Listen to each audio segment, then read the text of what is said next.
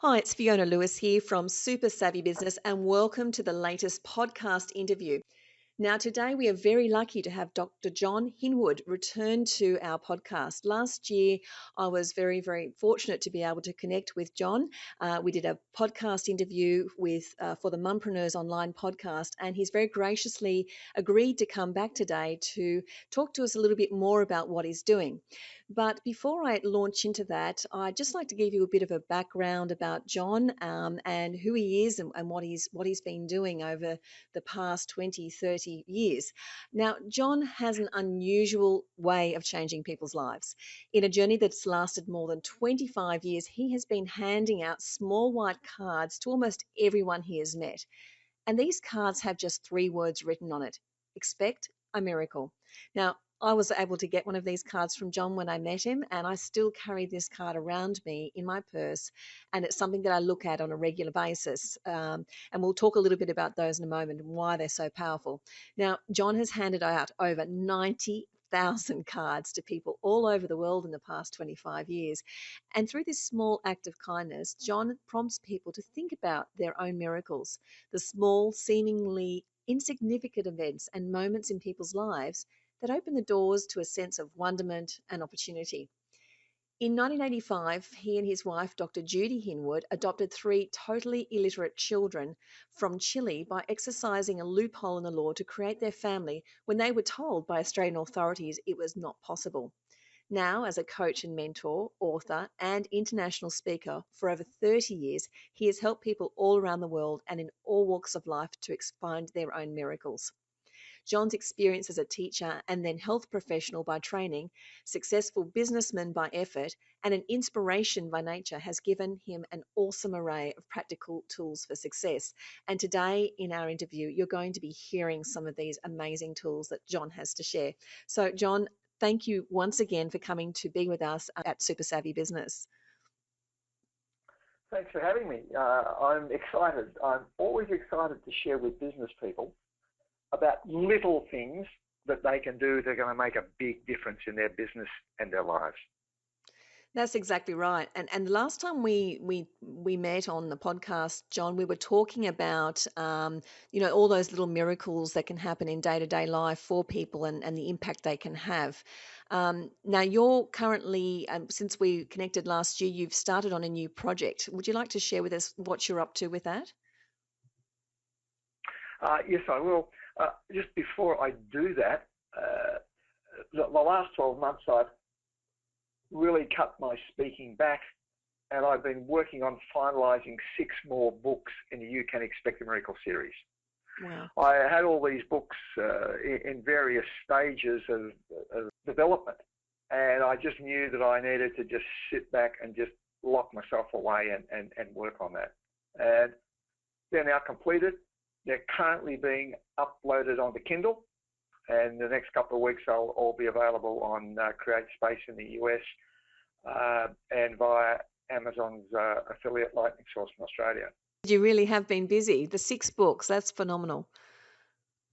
Yeah, I must say my wife, Dr. Judy Hinwood, has been the principal author on one of them, and on another of the books she became a contributing author with me.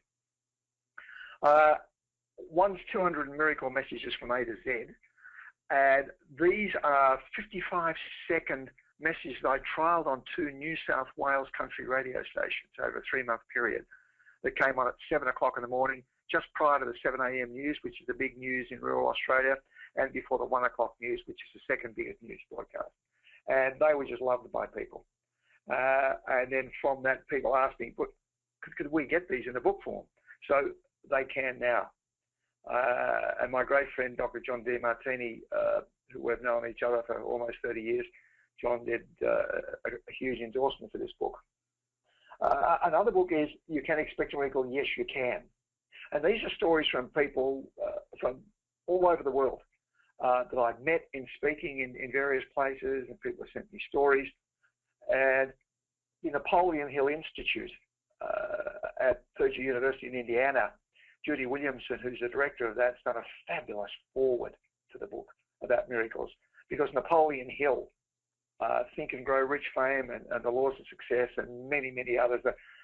Virtually the father with Norman Vincent Peale of the positive thinking concept and W. Clement Stone. Those guys were the core of it, but Napoleon Hill was the leader. And the CEO, Don Green of the Napoleon Hill Foundation has done some beautiful stuff in endorsing the book. They just love it because they see it's Dr. Hill's work carried to another level. Jack Canfield, who I've shared on stages with, there's another book called Unexpected Miracles, which is very similar to the first book, a collection of wonderful stories from people all over the world. Also, Insights into Life, the one my wife Judy is the head author on.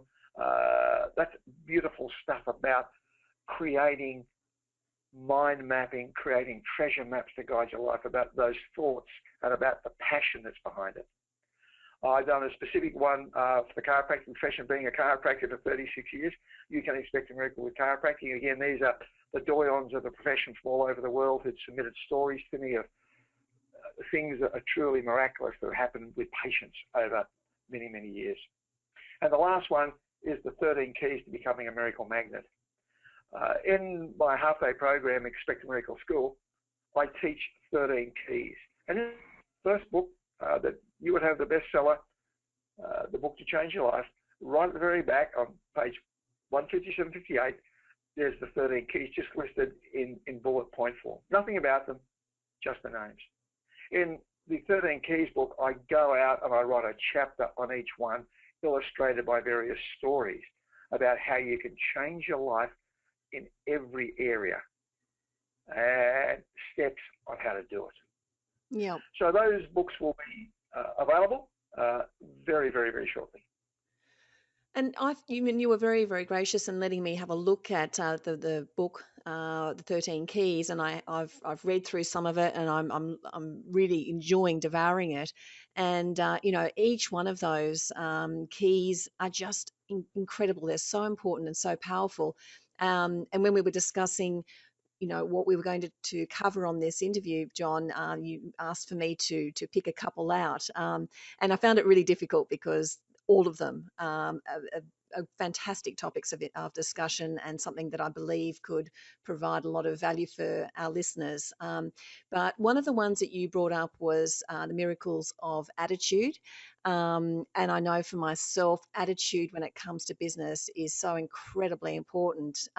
Would you like to share with our listeners a little bit about that chapter?